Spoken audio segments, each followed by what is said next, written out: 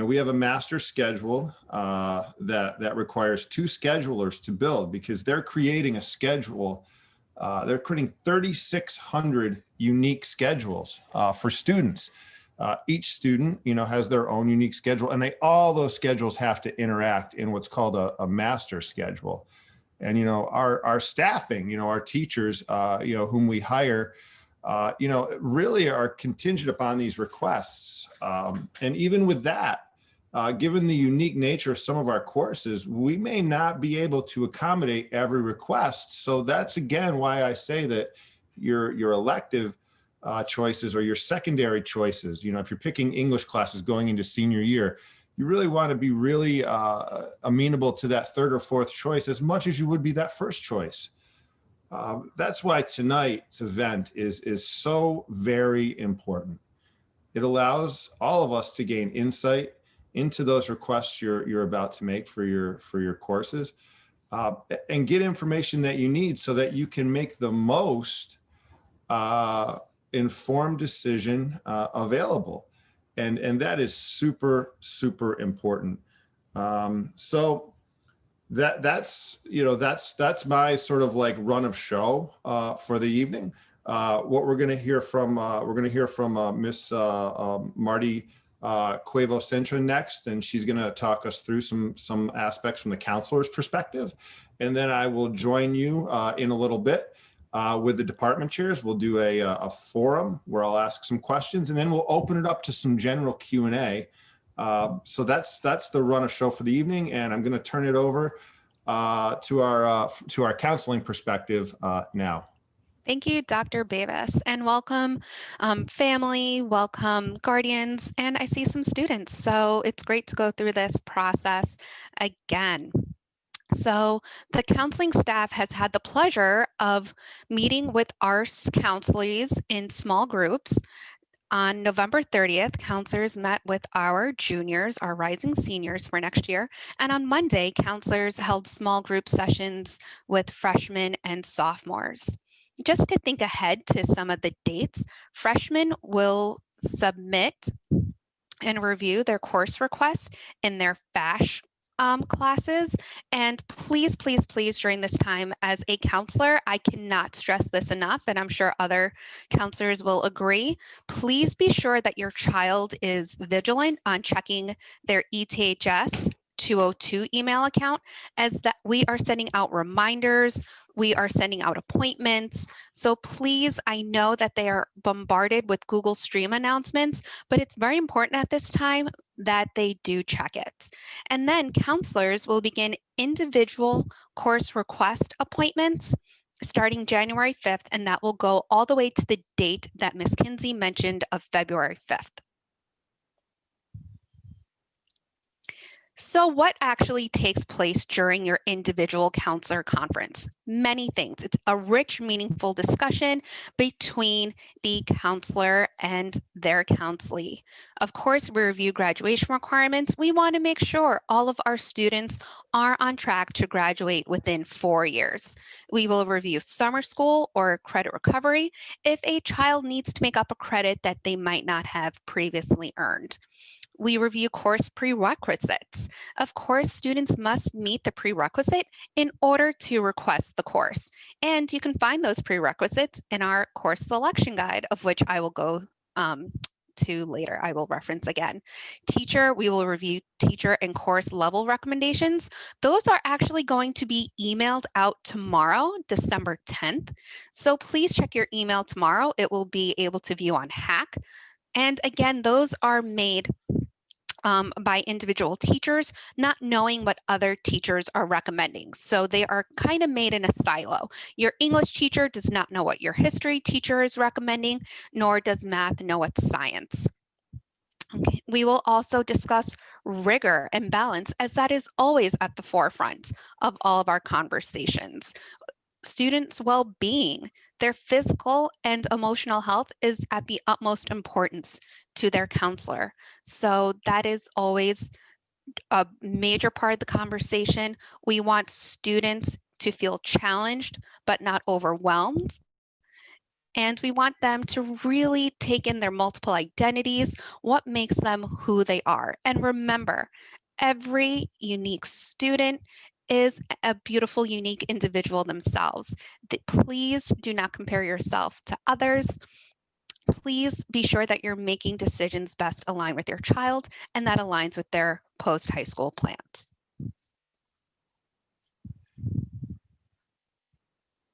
So how do I help my child prepare for their individual course request appointment with their counselor? Utilize online resources. Each counselor has a robust Google Classroom with resources with their online course selection form. So please be sure to take some time after tonight's meeting, so I'm sure you're all going to be inspired by all the information you hear tonight, and review all of the materials you can find in your child's Google Classroom that their counselor has already prepared for them. Explore and research core courses and electives that tie into their interest, that tie into their post-high school plans. Now is a great time to explore future options with electives. And what's really nice, if someone can put this into the chat, the CTE and Fine Arts Department have amazing Google site that reviews some of their elective offerings.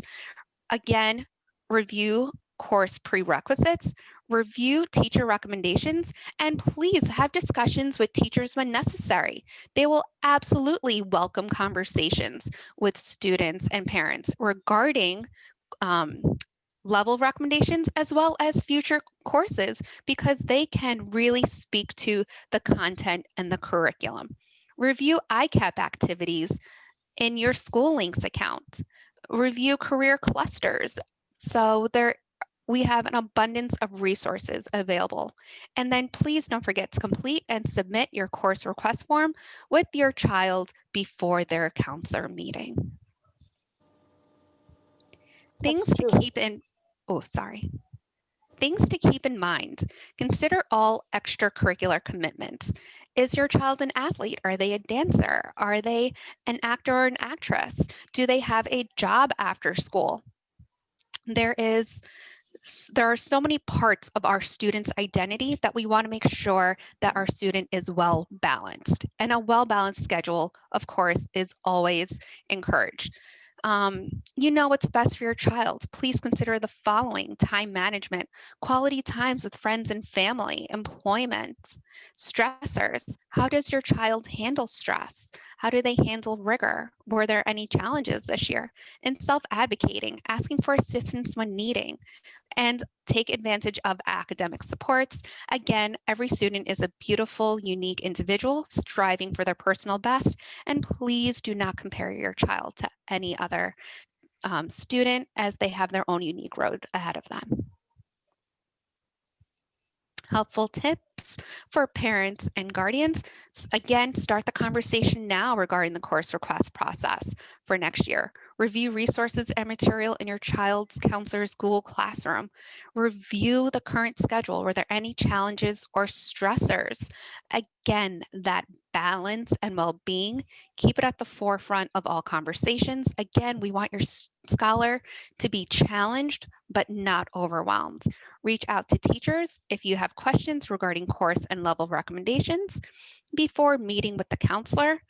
Attend virtual evening programs that are relevant to your child's interest, and empower your child to request courses of their own personal interest that again align with their post-high school plans. Again, I would like to reference what Dr. Babis said. Those alternates, they are important. Yes, we try to give every single student their primary request, but sometimes we do have to go to alternate choices. And to kind of quote Indiana Jones in a little way that I always do, please request, but request wisely. Please be sure that you love your alternates as much as you love your primary requests. And please remember that counselor conferences are limited to 20 minutes, and students should come prepared with their completed and submitted course request form. Should students or families have any individual questions, counselors, we are all here to support. We're here to help you make the best informed decision for your child's schedule for their next school year. So that is the counselor piece. I will be part of the Q&A as well as the rest of the counseling staff. But Dr. Babis, back to you. All right. Well, thank you so much. This brings us to the department chair panel. So we're very excited to host the department chair panel. I'm just going to remind panel participants on the agreed upon participation rules since we are remote. The first is please turn on your camera when called on by me to answer the question. I'm going to call on panelists alphabetical by department. So the first thing we're going to do is we're going to introduce each of the panelists, and they're going to each answer the following question. What is the most important thing to know about course selection in their department? So the first up is our CTE, our Career Tech Ed department, and Dr. Gates. Dr. Gates, if you could turn your camera on and introduce yourself, that'd be great. Hi. Hello. How's it going? I think I'm just doing a quick introduction. I'm Shelley Gates. I am the department chair for Career and Technical Education. Hopefully many of your students have already had an opportunity to take a CTE class. The Career and Tech Ed department is here to assist your students with learning more about career-related areas. We have pretty much every career interest area represented in our department. We are particularly proud of our Project Lead the Way engineering program. But we do have a full array of courses that are available for your students. And we recommend that students really think about their what they're interested in, what their passions are, if they know of people that have careers that they're interested in. We hope that students will take the opportunity to dive into one of the wonderful areas that we have available for your students. Thank you so much, Dr. Gates. I look forward to the rest of the panel with you. Next up is Ms. Jones, the department chair for English. Ms. Jones, hi. I think you're muted.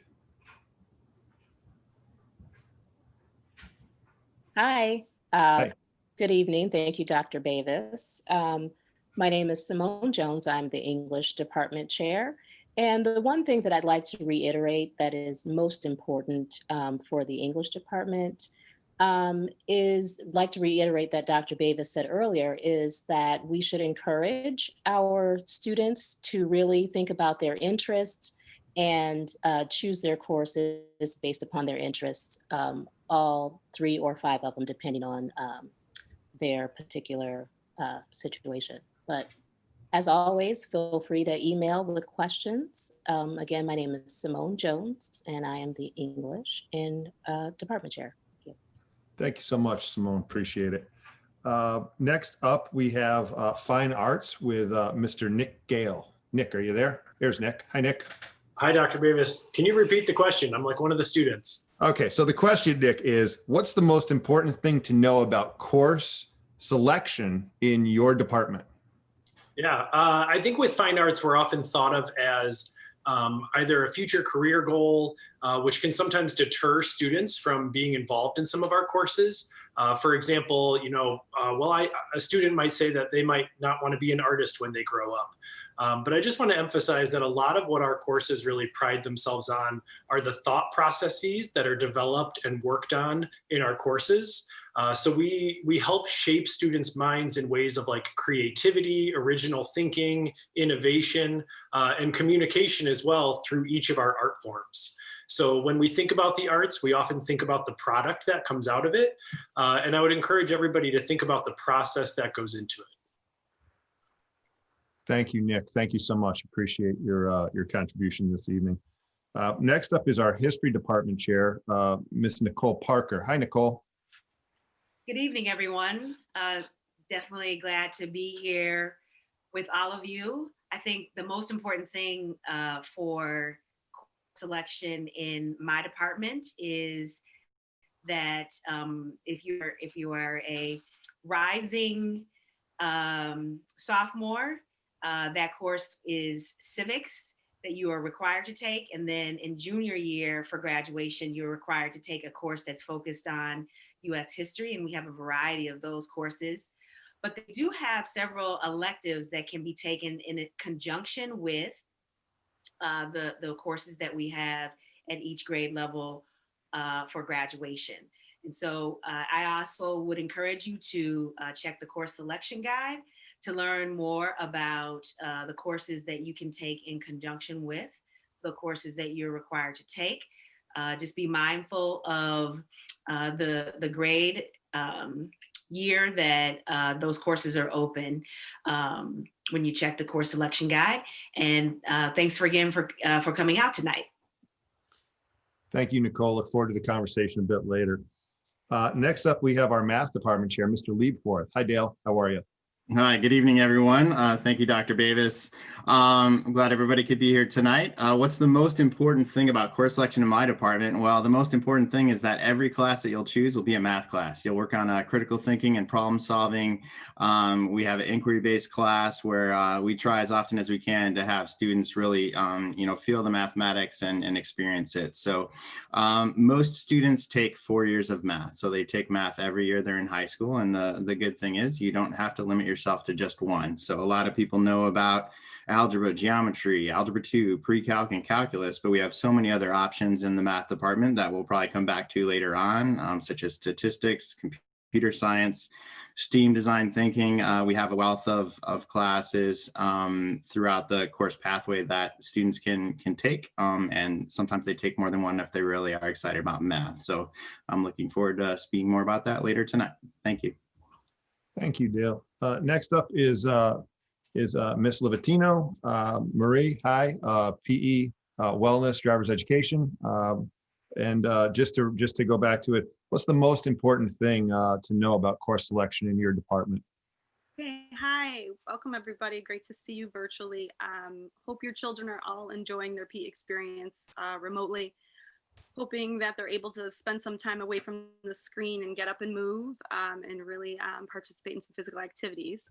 That being said, I think the most important thing to remember is that we have such a wide variety of courses. We really think it's important in PE that your students have an opportunity to choose a course that fits their individual needs and their interests. So making sure that they understand all the different courses that are offered and the content within the course. For example, like an adventure ed course is going to use a high ropes course up in the ceiling. So if you have a child who might be scared of heights, that would probably not be a good fit. So just kind of understanding what each course is about, and then also the pathway to some higher level courses.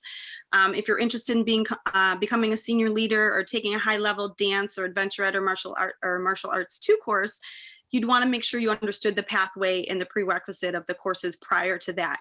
That being said, every year, all of our sophomore and junior teachers offer something called the Course Selection Presentation Day. And what we do is we walk the students through this process. We explain the course content, the pathways, and if any of the courses require an application process or an interest form, they have the time right then and there to fill out that form, ask those questions, and really better understand what they're requesting. Excellent. Thank you so much, Marie. Look forward to talking to you a little bit later as well. Next up is Dr. Brown from our reading department. Hi, Dr. Brown. Course selection in reading. What do folks need to know? It's the most important thing.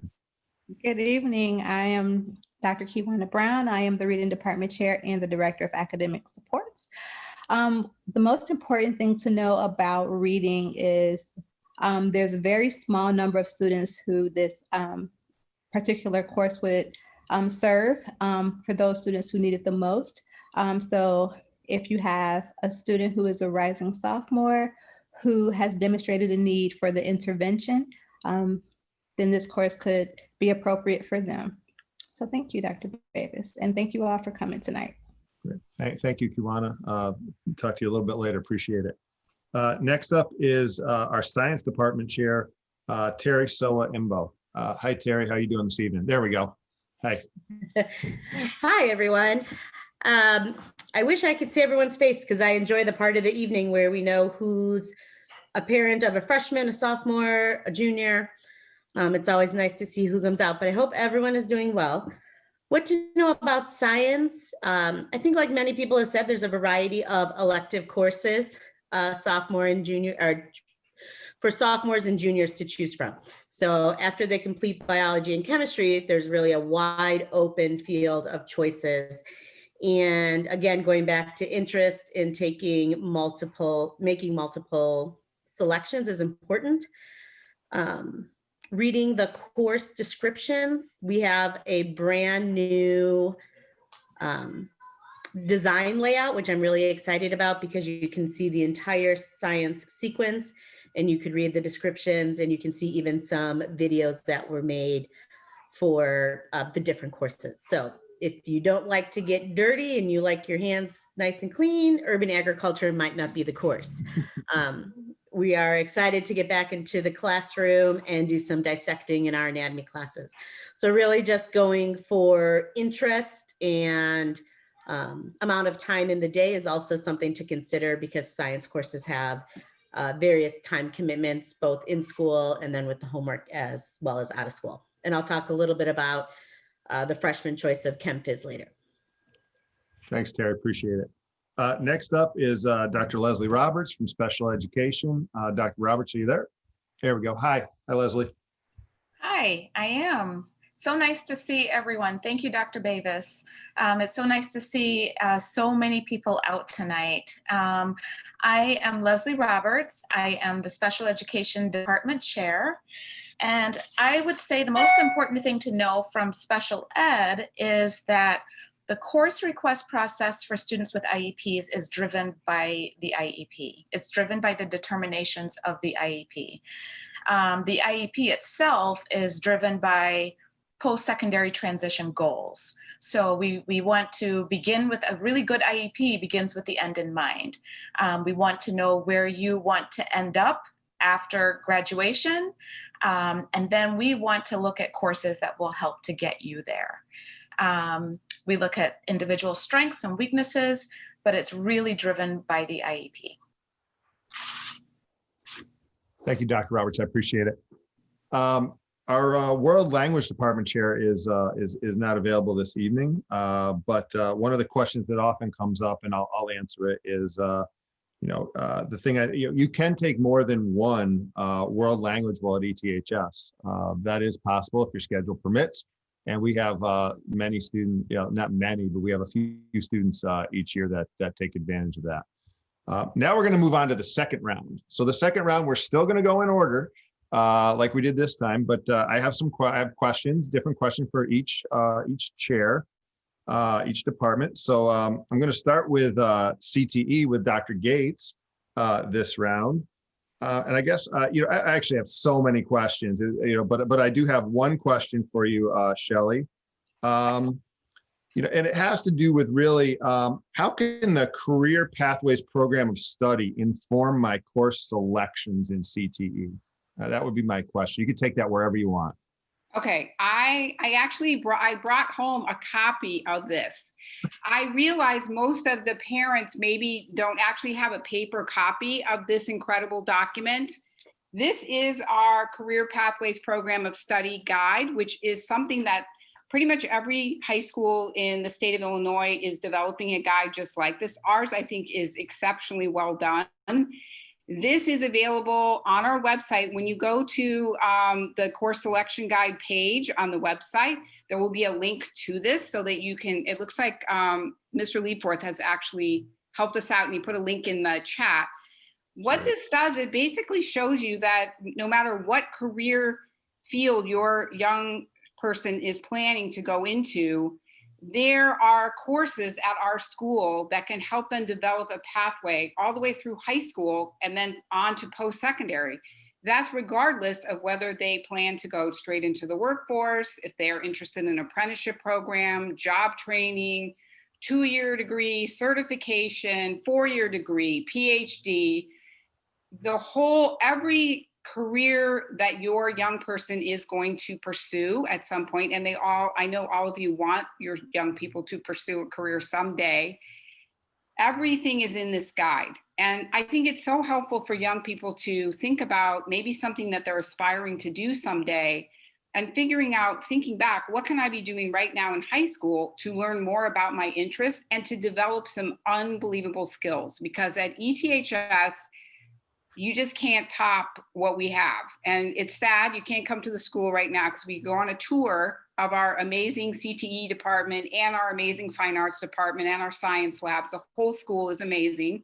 And I just want to say that take a look in the programs of study guide, take a look at our the websites for the CTE department.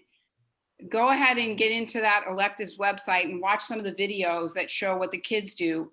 There's also links to go to our engineering website, which Miss Curtis, who's one of our engineering teachers, put together. It has really great explanation of all the different courses we have. It's almost like we have an embarrassment of riches, but if you can take some time with your student to really think about their interests and delve in a little bit, you will find that there is an amazing pathway that's available for them. And just to finish off about how all this works, when you get into a CTE class, you're going to have hands-on project-based learning. You're going to have a focus on 21st century skills like problem solving, communication, working in a team. All those things are just embedded in the courses. We have state-of-the-art labs, unbelievable facilities, which right now, sadly, we're not using. It makes me cry, but they'll be ready to go next year, hopefully. Fantastic field trips, extracurriculars that are related to what you're learning in class, competitions, you name it, we have it for your students. I would love to answer any questions you have, so please feel free to send me an email. I'd love to talk with you, so thanks. Thank you so much, Dr. Gates. And it's so vitally important that we start talking and exploring careers earlier and earlier. I always say that, for students who are getting 4-year degrees in college, it's a sad day when senior year, second semester is their first trip to the career planning office. That's a mistake. We need to double down and get that done early on in high school. So vitally important. So thank you, Dr. Gates, for that. Next up is English, Simone Jones. And my question to Simone is, could you just take a minute or two and talk through those options that students have senior year, the courses? There's quite a few they can choose from, and just to give a nice overview of those options. Certainly. Thank you, Dr. Babis. So as Dr. Babis stated, we have 9 elective courses for the senior year for English. Well, all of the students have to take English for 4 years. So the choice really lies in their senior year. The first option is AP, Literature and Composition, of course. And, that is certainly available to students who want to take advantage of really reading a lot. And I want to emphasize reading a ton in that class, and also writing a significant amount, and just hone in on their critical thinking skills and their ability to write thoroughly and effectively.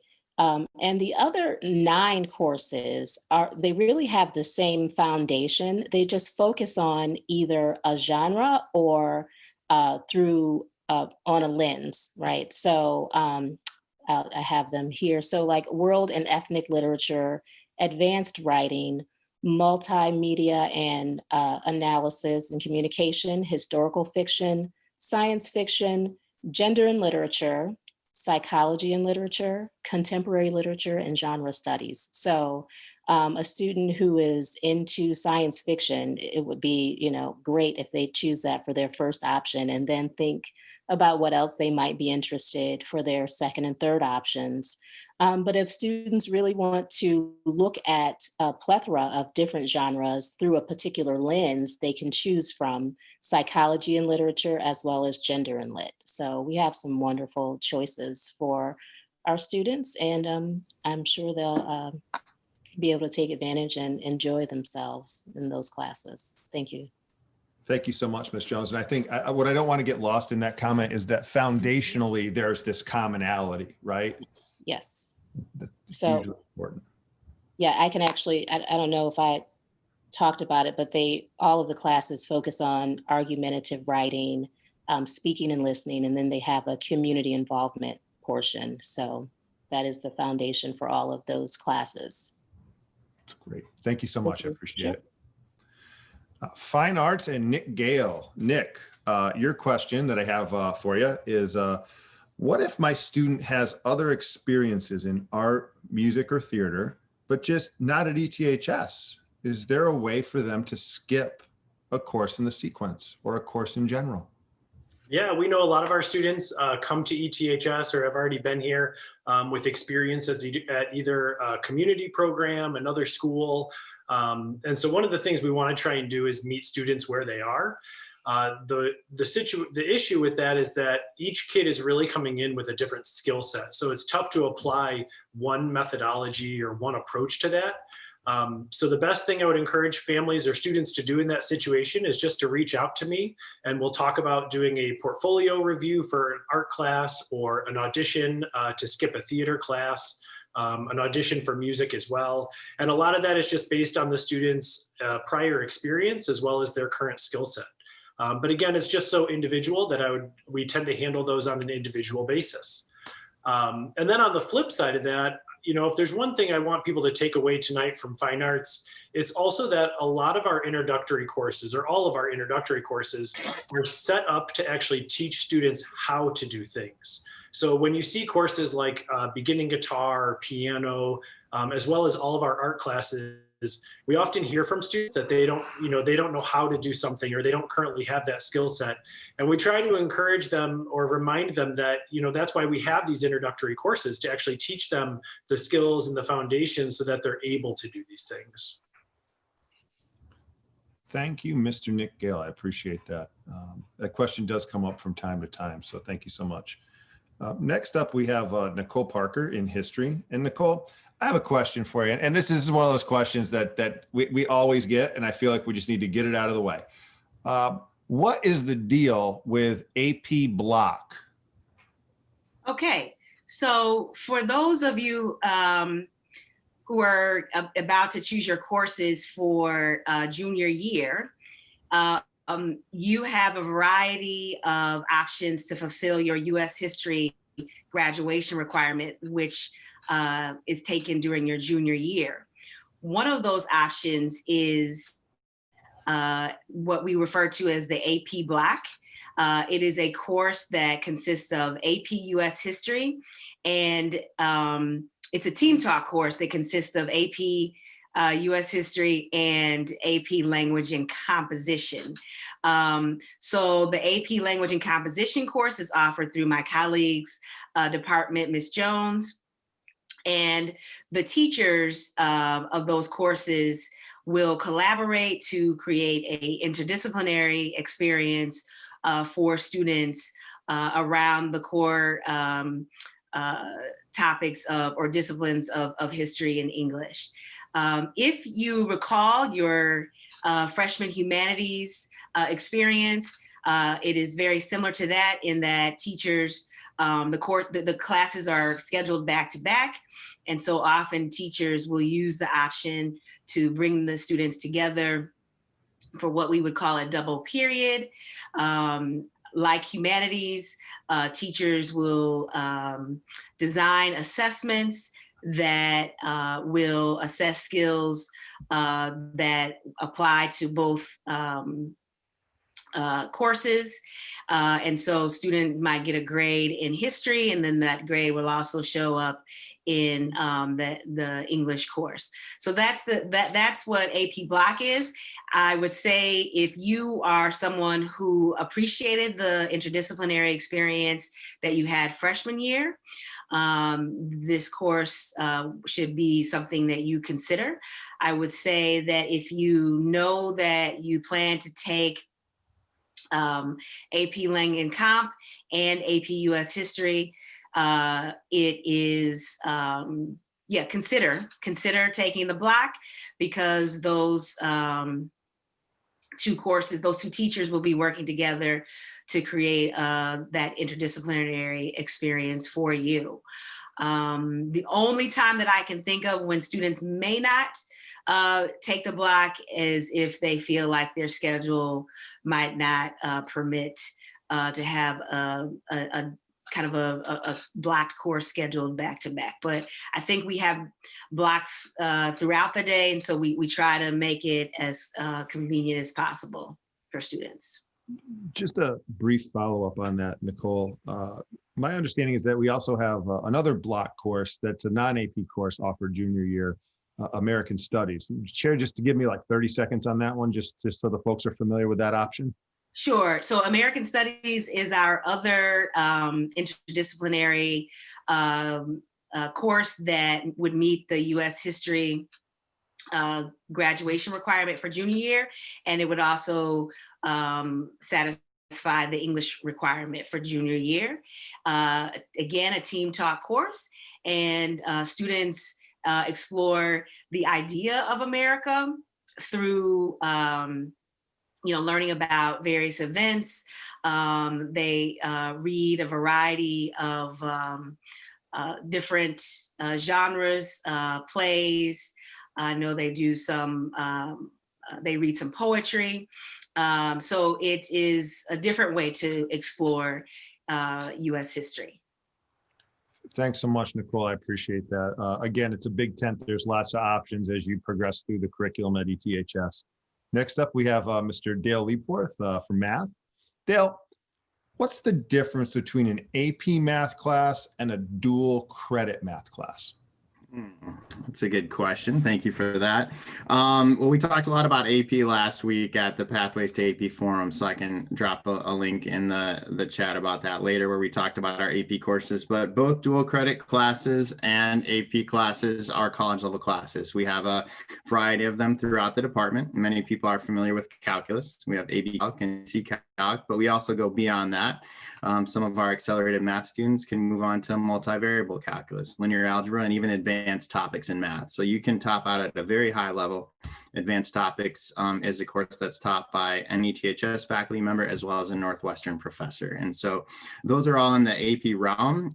What you might not be as familiar with, but what has been blowing up lately is statistics. Many students have been taking our statistics course. It's an AP level course. And that's a different look at mathematics, and one that's been growing pretty rapidly in recent years. We also have two computer science courses at the AP level, Computer Science A and Computer Science Principles. All of those are AP classes, and other than MV Calc, Linear Algebra, and Advanced Topics, all of those courses are run through the College Board, and all of those courses have an AP exam that students will take at the end of the course.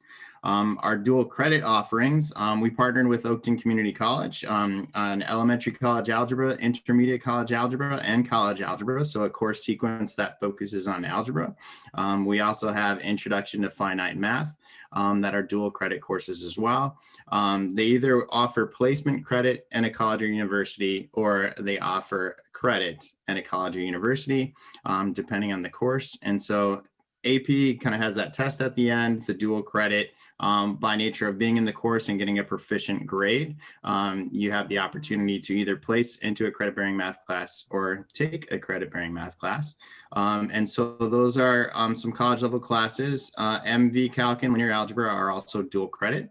And our other college level, we say it's not AP or dual credit, but STEAM Design Thinking and Innovation is a course where students really get to kind of blend all the disciplines. We call it transdisciplinary. They blend the disciplines of science, technology, engineering, art, and math through the lens of design thinking and innovation. And they really do some high level work, as one of our capstone courses. So all of those are options as you look at junior, senior year.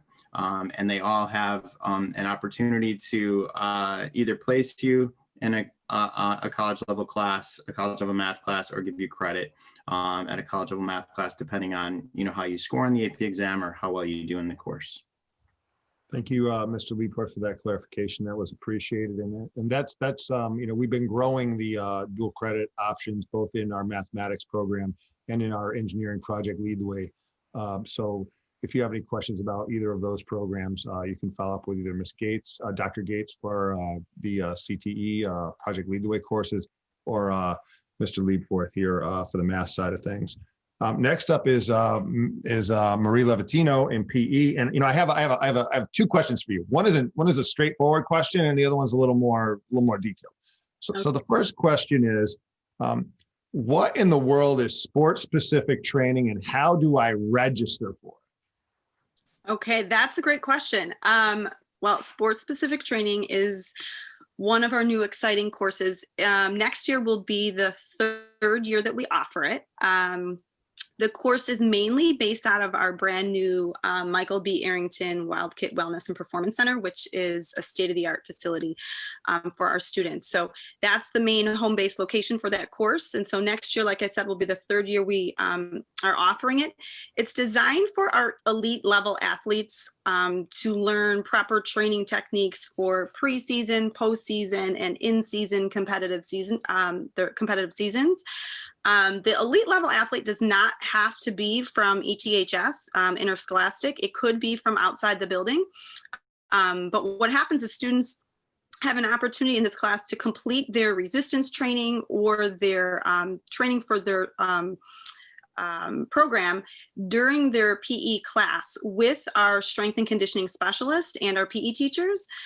This ultimately frees them up for homework time after school, team practices, or other personal or family responsibilities. So if they're part of a program or team that has these requirements and they want to continue to train, they have this at their fingertips in their PE class.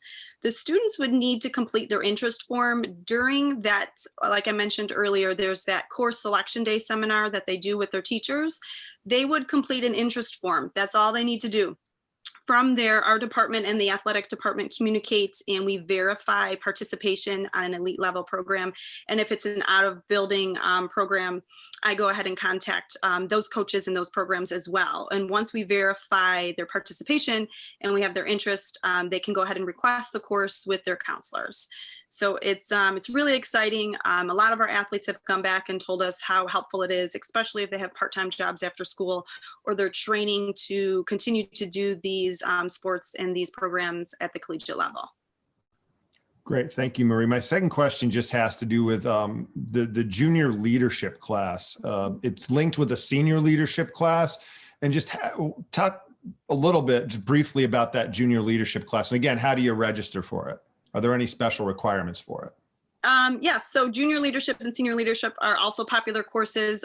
Junior leadership is a year-long course. Once again, if students are interested during that same course selection process, presentation time, they would fill out a brief little application. New this year, because of the virtual setting, we did ask students to complete a video of themselves, just kind of touching base and answering some prompts about why they'd want to be in junior leadership and what leadership means to them, which has been really interesting.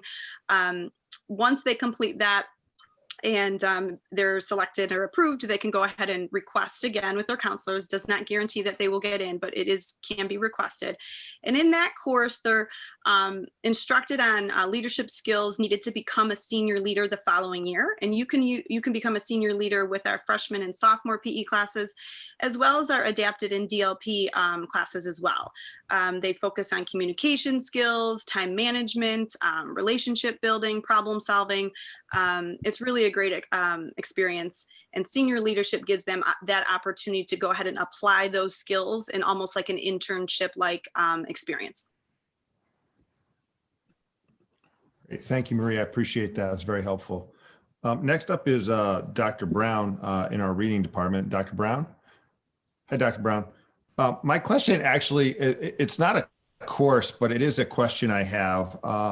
It has to do with the literacy lab. If you could just do just a minute or so on the literacy lab. I know it's not a course, and I don't want there to be confusion around it, but what is literacy lab, and how can a kid avail themselves? How do students avail themselves of that?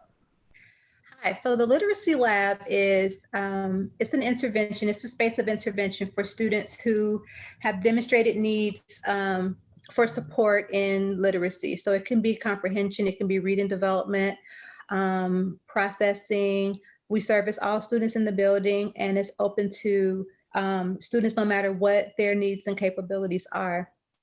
All of the staff in the literacy lab are reading specialists, so they've gone through extensive training, and they have either certifications or endorsements in literacy. And we work with students one-on-one in this space.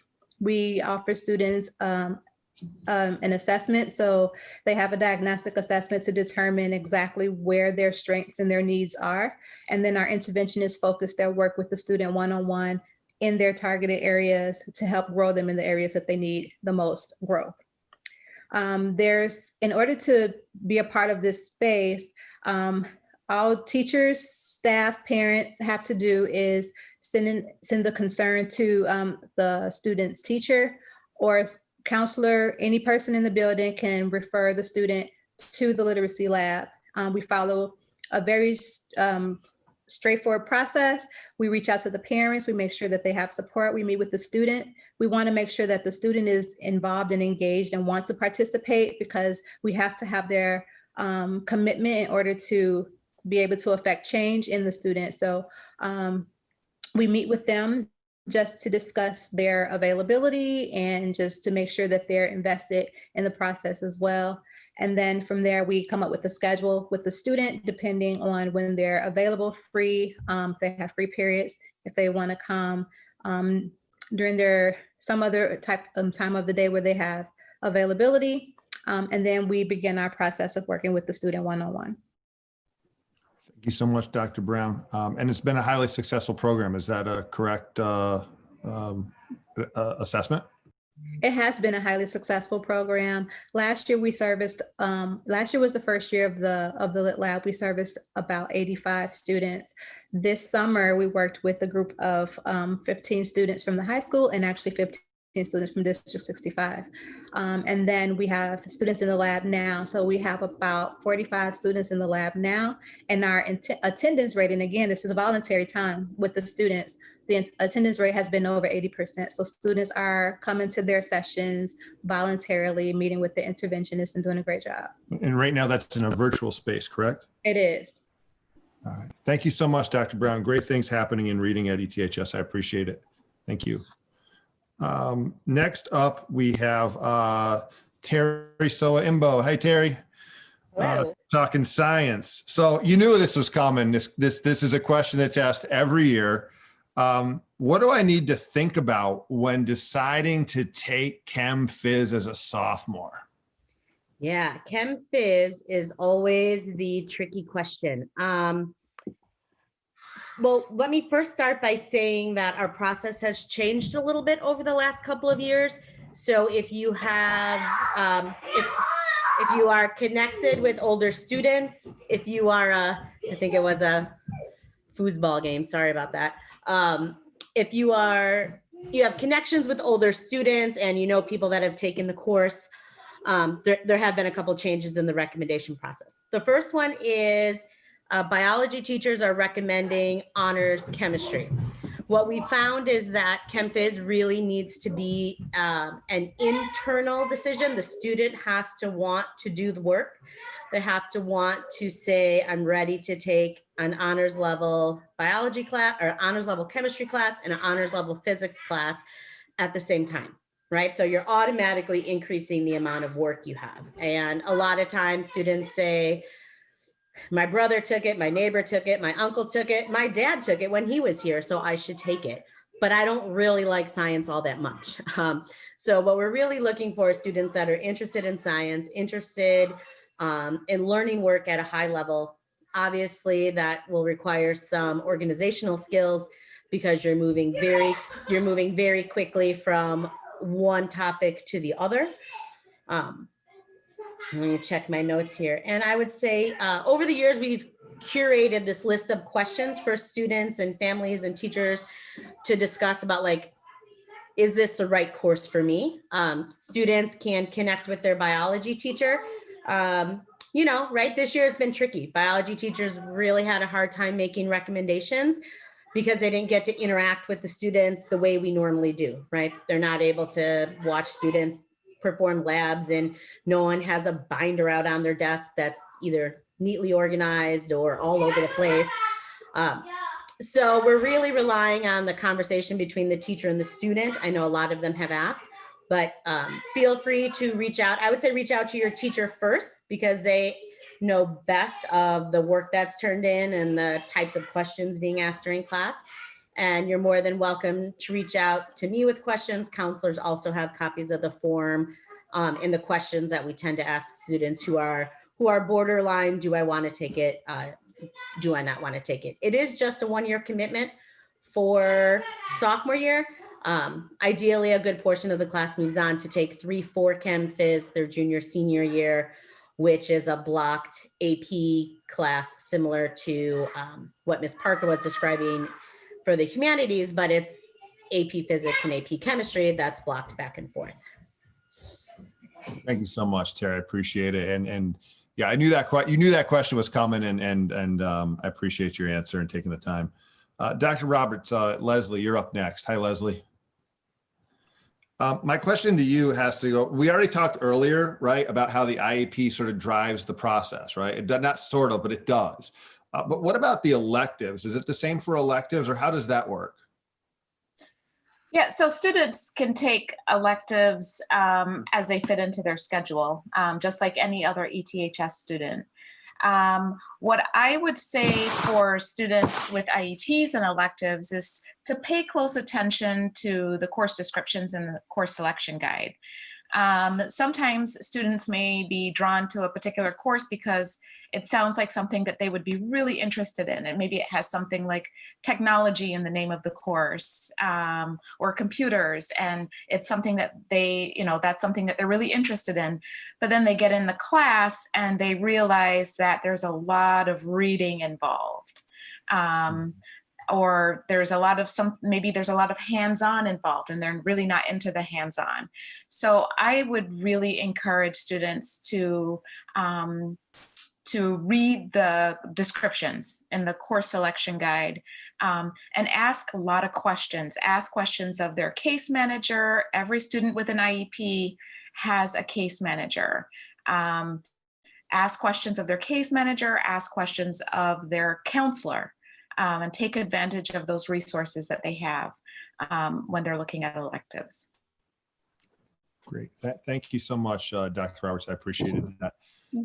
Now what we'd like to do is we're going to transition a little bit. We're going to transition to the audience sort of Q&A. And the way we're going to do that, we're still going to have our cameras off.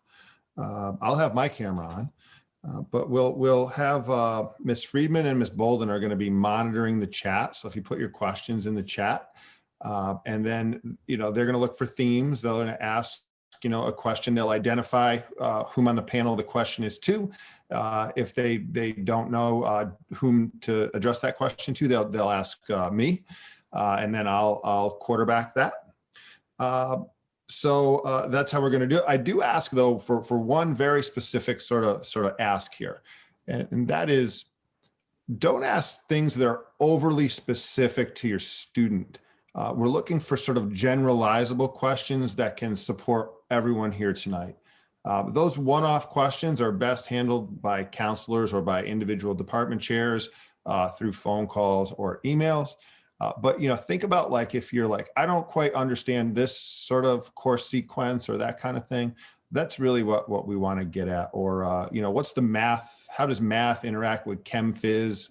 That's another great question to ask. Things like that could help inform everybody's decisions, and not just your own specific student's decision. So we're going to Dr. Babis. Yep. Before we open it up, I'll just add, because we didn't get a chance to indicate that at the beginning, that we are recording tonight's event. And that's important for everyone to be aware of, including when you're asking specific questions, to bear that in mind. So thank you. Good point. Thank you so much for that. Appreciate that. Okay, so Ms. Friedman and Ms. Bolden, if you find a question in the chat, you can just ask it and direct it, and we'll turn our cameras on appropriately. Sure. So Dr. Babis, it's Amber Bolden. We have been actually answering all night. And so there are some themes that I just want to share so that everybody has some central information. Number one, in terms of summer school selection registration, the summer school team has currently been meeting to plan and work out details. So information is forthcoming. As soon as we are able to share that information, we will absolutely do so. The next part of that is in terms of how it might impact your students' course request process. We do have our summer school guide from last summer, although there will be some changes. Have your student reach out to their counselor because we know what has typically been offered in summer in the past, and we can help share that information to help you plan. Okay.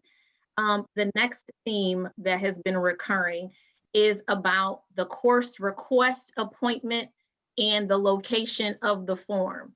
So if your student is a freshman, counselors will meet with them the week of January 11th, right, in their FASH classroom. So we have already established a FASH schedule since August. We've been in FASH.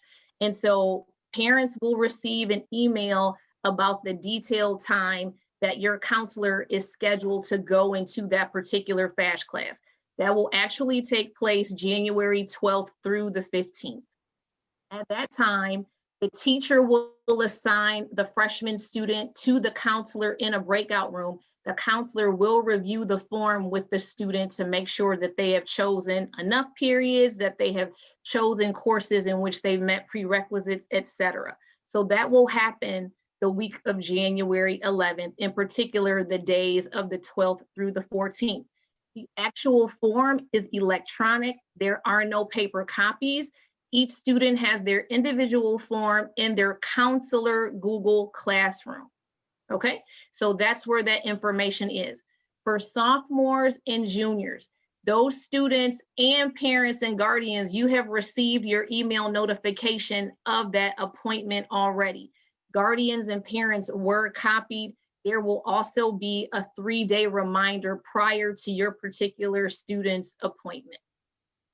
And at that time, the form should be completed, signed by the both of you, because for sophomores and juniors, the counselors will be entering their requests immediately in that appointment.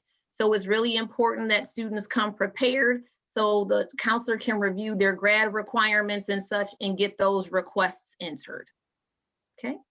Ms. Friedman, I'll pass it off to you to see if there are any themes that you would like to share that have emerged in the Q&A. Thank you. Yeah, I'm just looking through this right now. It looks like there's a question just regarding the STEAM class. So Mr. Leaforth, if you could share a little bit more about who's a good fit for the STEAM math class. Sorry, I was buried in the chat trying to answer some questions on the side to head them off. Yeah, the question about the STEAM class, it was specifically for an engineer or architect. I mean, the STEAM class is open to a wide variety of students. It's a double period class. We bring a lot of experts in the area into the class, and really the students in the class are trying to solve real problems in the community. And they look at it through the lenses of science, technology, engineering, art, and math. If you have an engineer architect, they would be perfect for the class. They would probably focus their second semester project around that idea. And we would look at it through the lens of design thinking. They start with a user, it's very human-centered, all the way back, iterate through until they don't always have a product at the end, but they are really involved and engaged in the process. It's a collaborative course. And it's really open to anyone. You don't have to have an expertise in any one area. The beauty of the course is that everybody brings a different area of expertise, and when it all comes together, the product at the end is really a beautiful thing. So I can put a link in the chat with a little bit more information about that course as well. Sounds perfect for that student. If the student's interested in engineering, I would think they would also want to take advantage of our Project Lead the Way courses. You know, I know my son's interested in engineering. He's greatly enjoyed those courses. You know, EDD, Engineering Design and Development, is a capstone course for engineers. So I would think that if that's not a course that has happened already, Civil Engineering and Architecture is another Project Lead the Way course. Those would be courses that I would really key in on as well, specific to the question that was in the chat. So if you haven't already taken those Project Lead the Way courses, you know, I would definitely focus on those. Shelley might want to, sorry, Dr. Gates might want to speak more to those courses. But I would think those would be definitely some courses that your students should think about.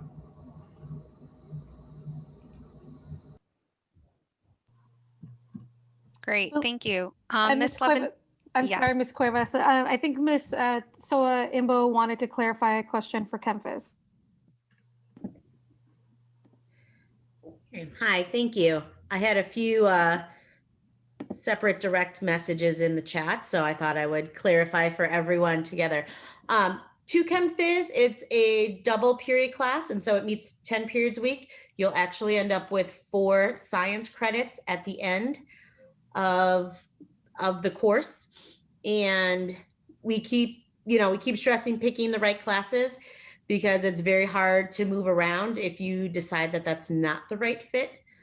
This past year in science, I think every single seat available was filled for everyone. So, it's not a ice cream flavor, let me try it out. If it doesn't work, I'll just drop down to regular chemistry.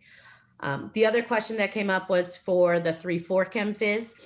3-4 ChemFiz, it's taking an AP course over the course of 2 years. So we offer it in the combined group of 3-4 ChemFiz, where they're taking it slowly over 2 years. It's interconnected. It goes above and beyond what the College Board requires. And you get 2 credits each year for that course. The end of your junior year, you would take the AP Physics C Mechanics test. In the end of your senior year, you would take AP Chemistry test, as well as the AP Physics Electricity and Magnetism test. And so you could do either of those courses independently if you're kind of a focus on one thing kind of thinker, or jointly if you like and enjoy the combination and how both courses play off of each other. Ms. Cuevas, I interrupted you. Did you say that there was a question for Ms. Livatino? Yes. So driver's ed is always a hot little course, very, very popular amongst the students. And one of the parent questions was about how is driver's ed looking for 2021? And maybe you can speak to how it's looking currently.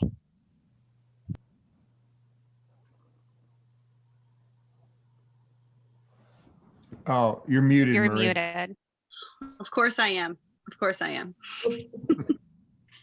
A long day. Okay, so yes, great question. We are still running our driver's ed courses remotely. We are offering the classroom-based portion of the class. So right now, virtually, all of the students taking driver's ed are getting all of the hours required for the classroom portion. We're hoping to be able to offer the 6 hours of behind the wheel in an hybrid or in-person situation. So we will obviously monitor that as we go. If not, then we are offering students an opportunity to obviously take that portion, the 6 hours of behind the wheel at an outside agency, and then we provide communication that they completed at least the coursework portion with us. If a student turns 18, they actually won't need the behind the wheel hours. So if they go to get their driver's license and they are 18 at that time, they actually can waive the 6 hours of behind the wheel. So that's an option as well. So moving forward, we are scheduling courses, or we're scheduling driver's ed for next year as well. Once again, if they're interested, the students filled out an interest form, and then they went on My ETHS, and they can click on driver's education. And they can put their name, their ID number in, and it just checks for, verifies eligibility. The eligibility requirements are they need to be 15 years of age by the first day of school. They need to be of passing 8 academic courses during the previous 2 semesters. They need to be in good social standings. And so then they can go ahead and request the course with their counselors. And if it fits into their schedule, hopefully they'll, be able to enroll. The course fee, there's a course fee of $200, and we ask that seniors take it first semester because of the drive behind the wheel hours. If they take it second semester, they may not be able to complete all 6 hours before the end of the school year for them in May when they graduate. So we're moving forward with driver's ed, hoping that this coming school year, 2021, will be back to normal.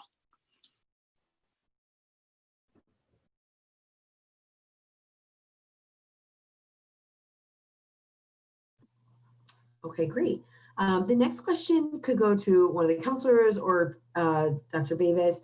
asking a little bit about with COVID and the inability to take the SAT or the ACT test, or it's been very difficult for many of our juniors and definitely our seniors, is the thinking to increase course rigor even further to compensate the lack of test scores?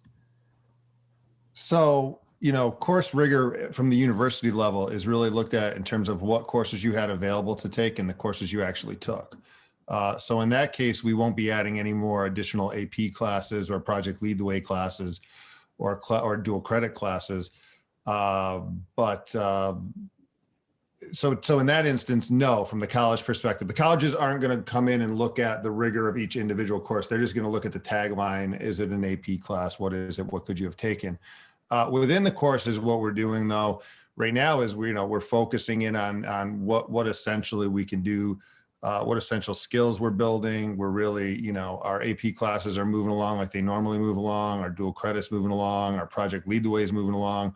All those externally assessed courses are continue to be, I would argue, far more rigorous now that they're in a remote environment than they would be during a regular school session, because of the difference in the delivery system, right? The online delivery system really is a challenge with that.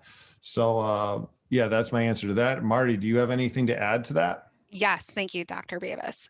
So obviously colleges are going to look at the rigor of each student while they're applying, because we may not have test scores. Let's, be realistic. However, they want that student to be challenged, but again, not overwhelmed, and keeping balance and mental health and well-being at the forefront. Even though a student can be taking several advanced placement classes, are they mastering the material? Are they really absorbing and enjoying both the content, the curriculum, the learning experience within that environment? So they really want to see A's and B's in these AP classes. They also want to see courses in areas of demonstrated interest. So if a student is interested in theater, are they taking an advanced placement course in English and language? And are they taking the theater electives that we offer? So when we say rigor, it means so many different things to each individual student. So please keep that in mind, that rigor does not mean heavy loading your student's schedule with all AP classes. Absolutely not true. Colleges want to see that well-rounded, healthy scholar. So they do want to see involvement in the community. They want to see, how did that student leave ETHS a better place, or how did they make their impact? Did they enjoy their classes? Were they challenged? Were they part of an academic setting? So when we say rigor, it's really just not about the number of AP courses and a GPA. It really is a multifaceted approach.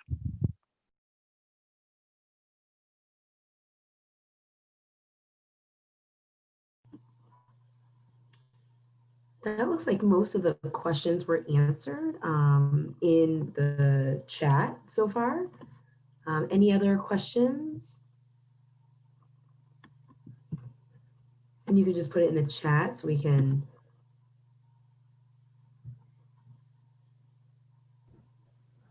Great.